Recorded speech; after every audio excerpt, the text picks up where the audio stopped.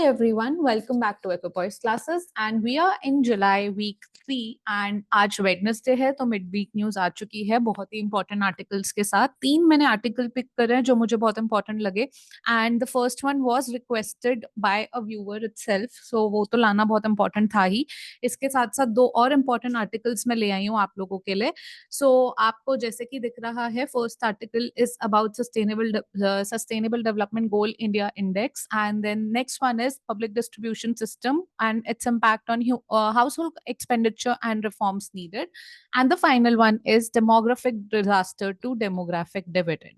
So let's just quickly start with the first one and let's see what is there for us. So सबसे पहले what is SDG index, ठीक है। so ये launch कब हुआ था, कुछ चीजें याद रखनी इंपॉर्टेंट होती हैं। जैसे ये दिसंबर 2018 में लॉन्च हुआ था this index and it has become a primary tool for monitoring progress on sustainable development goals in India. Because हमें ये देखना जरूरी है कि किस लेवल पे इंडिया का प्रोग्रेस पहुंचा है, तो उसकी वजह से हमने ये इंडेक्स निकाला।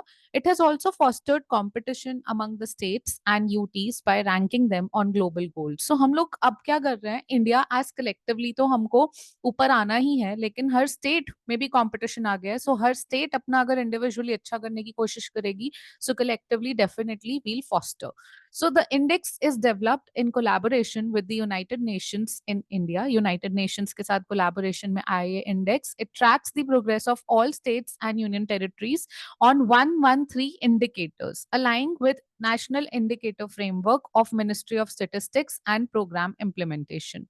All right. Then how are the states and our union territories ranked? The SDG index scores range between 0 to 100। सो 0 से 100 के बीच में स्कोर की रेंजिंग की जाती है। Higher the score of a state the greater the distance to target achieve, ठीक है। तो greater distance to target achieve हुआ है जितना हायर आपका स्कोर है। यानी अगर आप 0 से 49 के बीच है, so you still an aspirant, then you're a performer if you are ranged between 50 to 64. If you are somewhere between 65 to 99, you're a front runner and you're an achiever if you are scoring 100. All right, so this is the basic category and parameters. So there's no state in aspirant और achiever category। ना इस state में कोई category है, ना इस category में कोई state है। यानी हमारी सारी स्टेट्स आइदर आर परफॉर्मर और फ्रंट रनर, यानी उनकी जो स्कोर है वो 50 से लेके 99 के बीच तक रेंज हो रहा है। Okay, then let's see what is the latest finding of the report that has been recently published. India's composite sustainable development goal score has improved from 57 आया था 2018 में, ठीक है, टू 71 इन 22। तो देखते हैं 71 वाले इंडिया का कैटेगरी क्या है। So 71 lies in the front runner. So India is a front runner. Earlier India was a performer. Now India is a front runner. We are yet to become an achiever, reflecting substantial strides towards achieving SDGs. Then all states and UTs have shown improvement with scores ranging from 57 to 79। यानी हर state ने ही improvement दिखाई है। 32 states and union territories in the front runner category with 10 new entrants। यानी हम performer से front runner तक आ चुके हैं। We are performing this nice. And between 2018 and 2023 to 24, the fastest moving states are UP. यानी यूपी ने fastest move किया है, यानी यूपी ने सबसे अच्छा परफॉर्म किया है, स्कोर इंक्रीज किया है या इम्प्रूव किया है by 25 points, followed by Jammu and Kashmir and Uttarakhand. ठीक है, सो इन स्टेट्स ने बहुत अच्छा परफॉर्म करा है। New front runner states include, तो नए फ्रंट रनर में कौन कौन आया है, अरुणाचल प्रदेश, असम, मध्य प्रदेश, वेस्ट बंगाल, ये लोग न्यू एंट्रेंस हैं फ्रंट रनर कैटेगरी में। इंडिया का स्कोर देख लीजिए, इंडिया का स्कोर 2018 में 57 था, 60 हुआ 1920 में, 2021 में 66 था and now we are at 71। It's a constant improvement. Now की एसडीजी अचीवमेंट्स, गोल नंबर 1 जो की अचीवमेंट हुई है ना, हम वो गोल देख लेते हैं, क्योंकि आपको पता है सस्टेनेबल डेवलपमेंट गोल्स होते हैं, जैसे कि ये यूनाइटेड नेशंस के साथ अलाइंड है इंडेक्स। सो इसमें सबसे ज्यादा अच्छी इंप्रूवमेंट कहाँ कहाँ देखने को मिली है हमें। सबसे पहले goal number 1, no poverty. The score increase from 60 in 2020 to 21 to 72। So score 60 से 72 इंक्रीज हुआ है, ठीक है। दैट इज पॉवर्टी वाला फैक्टर में, and significant reduction in multi dimensional poverty dropping from 24.8% to an estimated 11.28%। ठीक है, सो पॉवर्टी में इंप्रूवमेंट हुआ है।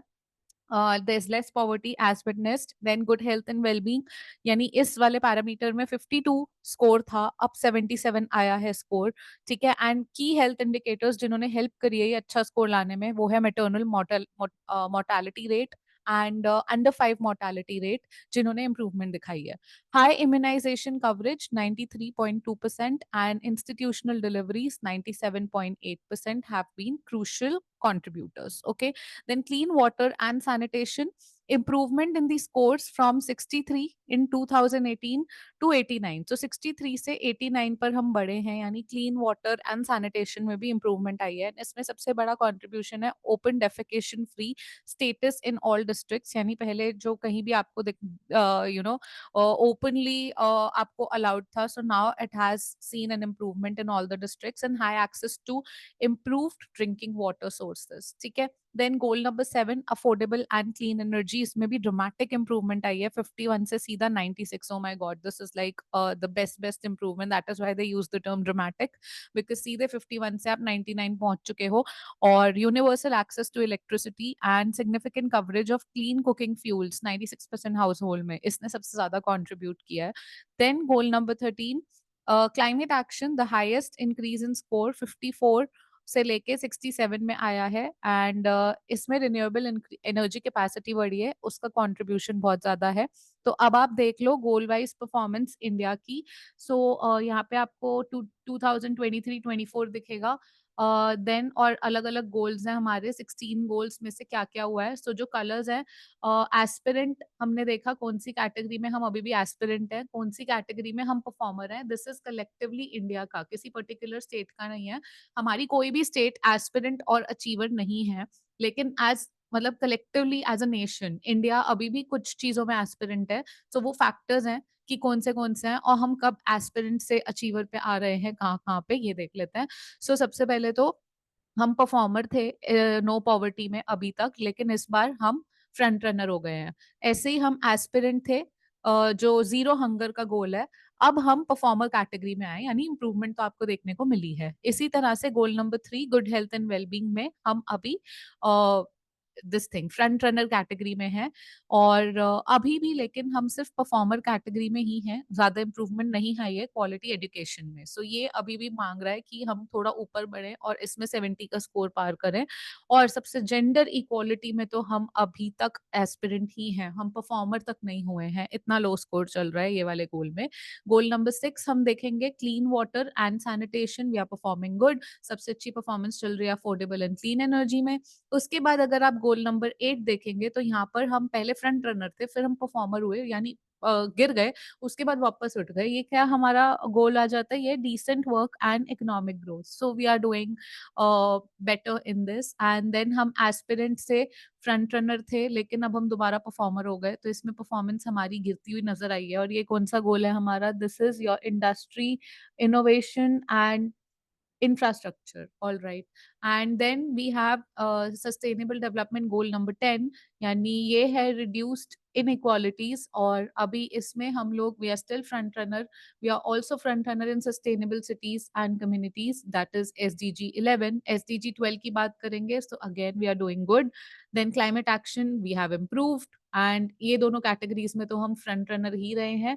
तो ये आप देख सकते हैं गोल वाइज कैसा इंडिया का परफॉर्मेंस चल रहा है। So just to conclude, India's success in adopting, implementing and monitoring SDGs stand as a testament to principle of cooperative federalism envisioned by Government of India and promoted by Niti Aayog. Okay, so the index represents articulation of comprehensive nature of global goals under 2030 agenda while being attuned to national priorities. Okay, so let's move on to the article 2, and I hope with this article the SDG, one of my readers and one of my viewer on YouTube requested ki ma'am sustainable development goal pe please ला दीजिए, so I hope that this is sorted and अभी भी आपकी कोई confusion रह गई हो, so you can anyhow comment and I'll definitely be, I'm here to help you. Let's move on to the second article with this, and this is PDS impact on household expenditure and reforms needed. So house hold consumption expenditure सर्वे हुआ था और उसका data बताता है कि impact बताता है वो पब्लिक डिस्ट्रीब्यूशन सिस्टम का ऑन हाउस होल्ड स्पेंडिंग। ठीक है, so public distribution system provide subsidize food grain to eligible household covering up to 75% of rural and 50% of urban population. यानी सस्ते रेट में आपको फूड ग्रेन्स मिलते हैं under national food security act 2013। ठीक है, this subsidy allows household to save money on staples and allocate more resources to diverse foods like vegetables, milk, pulses, because you know nutritious food बहुत important है। तो अगर आपकी basic needs पे पैसा बच जाएगा तो आप बाकी चीजों पे पैसा खर्च सकते हैं, गिवन द टाइम्स व्हेन सब्जियां, दूध, सब कुछ बहुत महंगा है। सो आपका अपना proper nutrition and dietary balance बनाने के लिए आपको जो बेसिक दाल, जो आपका बेसिक चावल, आटा है, वो आपको सब्सिडाइज रेट पे मिल जाता है। ठीक है, देन इम्प्लीकेशंस क्या होता है अगर हम पॉवर्टी की बात करें। सो economic relief for poorer house hold, poorer जो अफोर्ड नहीं कर सकते, उन्हें जब फूड ग्रेन मिलता है हाईली सब्सिडाइज रेट, उनको हेल्प होती है, होता है उनका फाइनेंशियल बर्डन, एंड वो एलोकेट कर सकते हैं अपने रिसोर्सेज बाकी अपनी नीड्स पर। फिर enhance measurement of poverty imputes value of free और subsidize item received through PDS, improves accuracy in measuring household consumption, and provides a more comprehensive assessment of economic well-being. बात करें अगर पॉलिसी इनसाइट्स एंड टारगेटिंग की, तो ये help करता है policy makers को to target social welfare programmes effectively. Then guides allocation of resources based on poverty metrics. उसके बाद बात करता है diversification of diet. So access to subsidized food grains frees up resources, enables purchase of diverse nutrient-rich foods, enhances overall nutrition and dietary variation. Okay, so reforms in pdf, pds में क्या क्या reforms आए हैं? The schemes for modernization and reform through technology in public distribution system, यानी इसको हम क्या कहते हैं? Smart PDS. स्मार्ट पीडीएस क्या है? स्मार्ट पीडीएस है कॉम्प्रिहेंसिव इनिशिएटिव जो लॉन्च किया गया था by Indian government to revamp the existing PDS. यानी एग्जिस्टिंग पीडीएस को थोड़ा रिवैम्प करना है, तो स्मार्ट पीडीएस आया। और स्मार्ट पीडीएस एम क्या करता है? To address prevalent inefficiencies and leakage in the system while ensuring fairer and more transparent distribution of subsidized food grains to the beneficiaries। तो ये मेक श्योर करता है कि जो आपके फूड ग्रेन्स है सब्सिडाइज, जो लूप होल्स हैं या जो नहीं पहुंच पा रहे सही लोगों तक, वो सही लोगों तक पहुंचे। अब इसमें क्या क्या कंपोनेंट्स है? सबसे पहले one nation one ration card. तो डेटा कहता है कि it functions under one nation one ration card where over 3.6 crore ration cards are issued nationwide, granting beneficiaries access to subsidized food grain across PDS shop। ठीक है, any PDS shop. पहले नहीं होता था ऐसा, अब होता है। टेक्नोलॉजी ड्रिवन रिफॉर्म्स क्या है?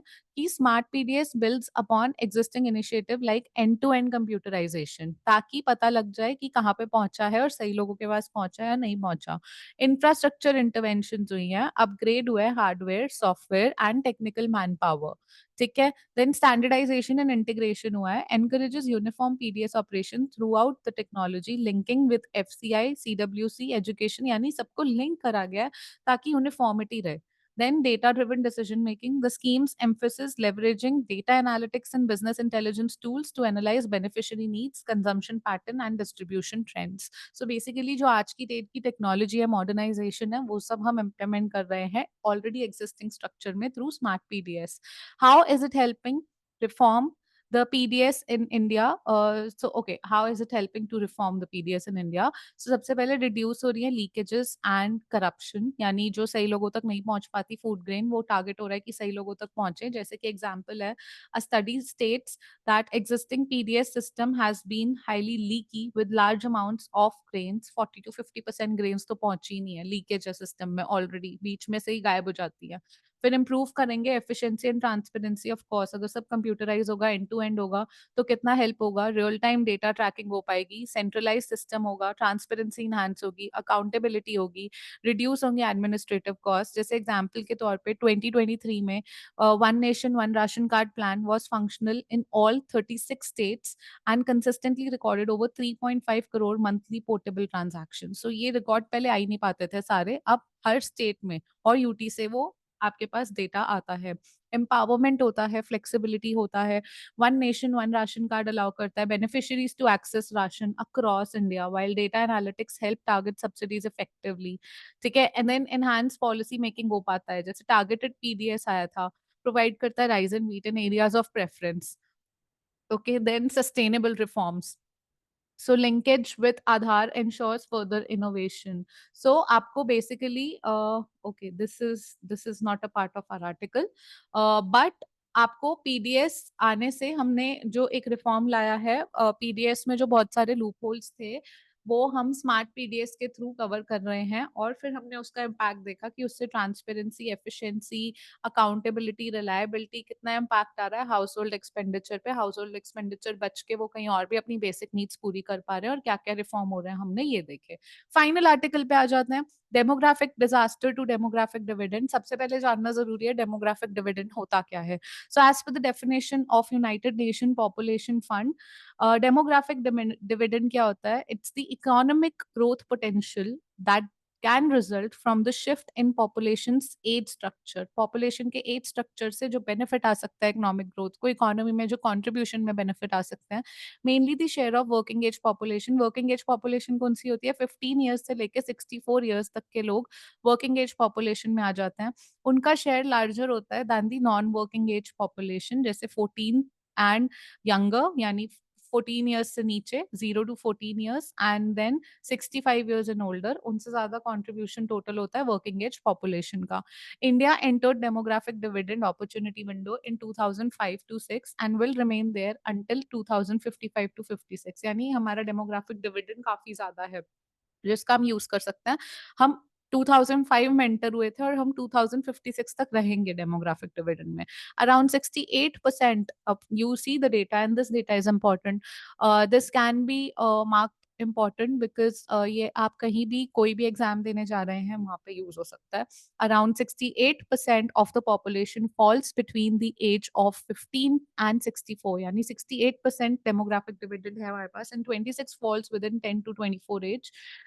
So making India one of the youngest countries globally, one of the youngest country, 10 to 24 age group में भी 26% लोग हैं, 68% लोग 15 to 64 में है। So इंडिया का क्या हुआ? इंडिया आपकी one of the youngest countries है। It is notable that India has relatively young population and median age हमारी है 28.4 years.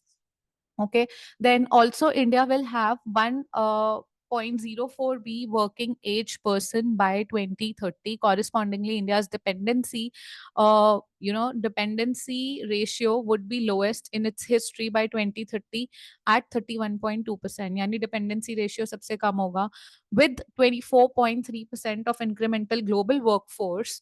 Over the next decade, India would remain the largest provider of human resources in the world. We are the largest. We will remain the largest, provider of human resource. So, how is India unleashing its demographic dividend? So, we have made sure demographic dividend होता क्या है हमें वो पता है।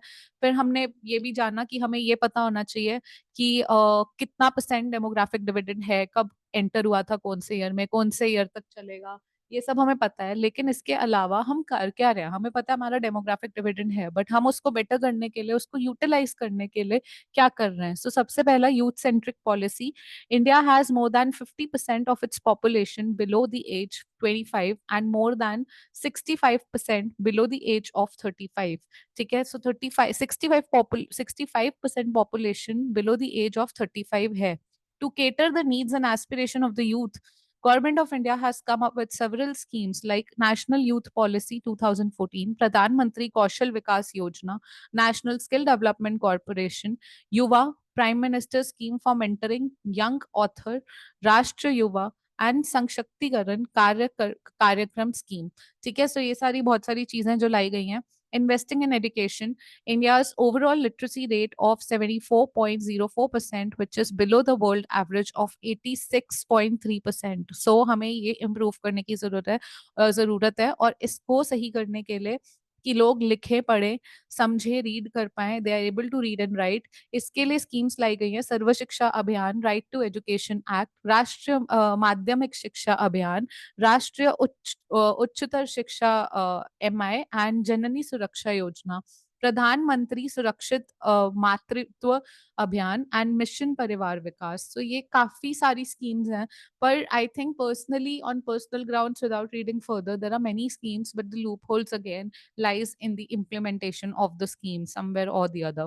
So it's better कि scheme चाहे एक हो but वो अच्छे से implement हो रही हो, rather than having so many schemes in just for naming or different articles, लेकिन उसकी implementation ना होना ही एक बहुत बड़ा loophole है अपने आप में। Then building infrastructure which encompasses components like roads, ports, airports, bridges, railways, water supply, power, telecommunication, etc., forms the foundation for economic growth, comprising physical and structural system crucial for sustainable development of demography. Okay, so India's capital expenditure as a percentage of GDP increased from 1.7% in 2014, nearly 2.9% in 2020 to 23. ठीक है, schemes like Digital India program, etc., to boost digital infrastructure, PM गति शक्ति scheme, Bharatmala scheme, ये सारी scheme हम बात कर रहे हैं कि हम कैसे सोशल इंफ्रास्ट्रक्चर बढ़ाने की बात कर रहे हैं, इंफ्रास्ट्रक्चर पे कंपोनेंट पे हम लोग स्पेंड कर रहे हैं। So what are the factors that can lead to demographic disaster? अभी हमारे यहाँ कंट्री में कुछ प्रॉब्लम्स चल रही हैं जो कि डेमोग्राफिक डिजास्टर में कन्वर्ट हो सकती हैं। जो सबसे पहले है high unemployment rate. So the increase in population is accompanied by growth in labor force, resulting in a significant portion of the population experiencing unemployment. ठीक है, सो ये इंडिया का अनएम्प्लॉयमेंट रिपोर्ट है और ये बताता है कि वर्किंग एज पॉपुलेशन तो इंक्रीज हुई है 61% से to 64% and projected to increase to 65%. On the other hand, percentage of youth involved in economic activity decline हुआ है।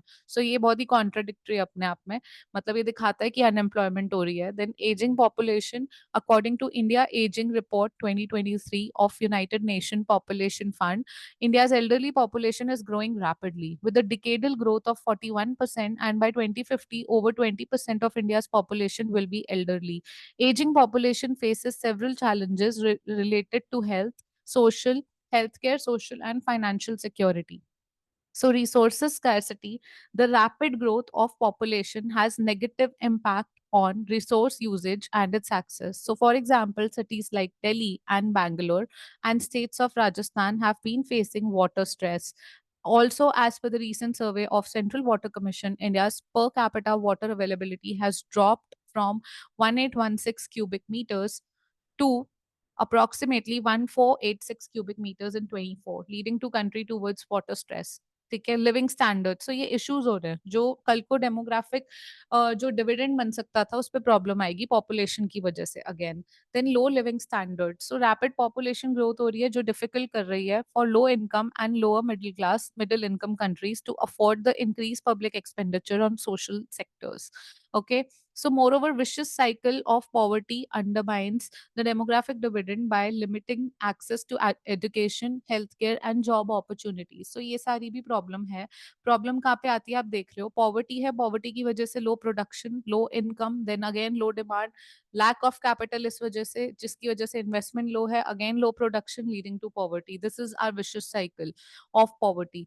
देन अनप्लान्ड अर्बनाइजेशन हो रही है, अलग तरीके से हो रही है जो कि बहुत अलग अलग इश्यूज ला रही है। ट्रैफिक कंजेशन हो गया, ओवरबर्डन इंफ्रास्ट्रक्चर हो गई, ये सारी बहुत ज्यादा चैलेंजेस हैं जो कि हाई पॉपुलेशन की वजह से हो रहे हैं। So basically what should India further do to reap its demographic dividend, कि हमारा डेमोग्राफिक डिविडेंड का हम बेनिफिट ले पाए उसके लिए हमें क्या करना चाहिए? सबसे पहले एजुकेशन एंड स्किल डेवलपमेंट पे फोकस करना चाहिए, इन्वेस्ट करना चाहिए डिजिटल लिटरेसी पे, एंड सबसे बड़ी बात I would say vocational training, practical learning mechanism पे फोकस करना चाहिए। क्योंकि हम ब्रॉडली बोल देते हैं एजुकेशन एजुकेशन, आप एजुकेशन के लिए स्कूल्स भी ओपन कर देते हैं, बहुत सारी चीजें कर देते हैं, बट अभी भी हमारे कंट्री में जो पढ़ाया जाता है स्कूल्स में वो इररेलेवेंट हो जाता है जब हम जॉब मार्केट में जाते हैं, बिकॉज हमारी कंट्री अभी भी फोकस करती है थियोरेटिकल फॉर्म्स ऑफ लर्निंग पे more than what is required, which is practical form of learning. Learning by doing is more important as oppose to learning by reading. So इस पे हमें काम करने की बहुत ज्यादा इंपॉर्टेंट रिक्वायरमेंट है। देन एम्प्लॉयमेंट जनरेशन करना चाहिए। NITI Aayog estimates the number of gig and platform workers is likely to increase and हम लोगों को एनकरेज करनी चाहिए entrepreneurship and conducive business environment. Then health care and wellbeing पे फोकस करना चाहिए, हेल्थ केयर इंफ्रास्ट्रक्चर एंड आज की डेट में mental health awareness is also very important because the youth with so much of population and so much of content online when they don't have jobs. So what is important is the stress and the anxiety needs to be cured in the correct form. जिसके लिए mental health awareness बहुत help करता है। Then inclusion, inclusive growth and gender equality पे भी focus करना चाहिए हमें। ओके, एंड इंफ्रास्ट्रक्चर डेवलपमेंट पे फोकस ऑलरेडी चल रहा है, काफी स्कीम्स आ रही है और ज्यादा करना चाहिए। शिफ्ट करना चाहिए थोड़ा एग्रीकल्चर से टू फॉर्मल सेक्टर, तो फॉर्मल सेक्टर में भी एम्प्लॉयमेंट होनी चाहिए एंड जो एग्रीकल्चर में डिसगाइज्ड अनएम्प्लॉयमेंट का इशू है वो खत्म होना चाहिए।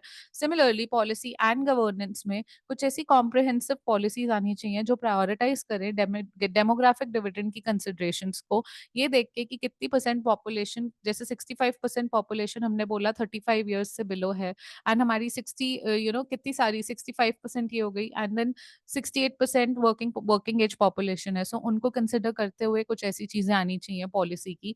As I said earlier also कि बहुत सारी स्कीम्स नंबर में अच्छी लगती है लिखी हुई कि ओ scheme 1 scheme 2, but if not implemented properly they are of no use. So it's better you compile them and make a comprehensive one scheme, but make, implement it in such a manner that there are no leakages or corruption in the system so that they are effectively utilized. Then foster collaboration between government, private sector and civil society, which is highly needed right now, given the systems that we are living in. So with this we are done with this article and the important 3 articles of the day, guys. And I hope I really hope you liked the video. And I could not come on the screen today because I'm not feeling well. But hopefully I'll see you tomorrow. No, hopefully no, definitely I'm seeing you tomorrow with CUET assignment का solution. So stay tuned and Saturday को बाकी के week के जो भी news होंगे important वो मैं आपके लिए ज़रूर लेकर आऊँगी.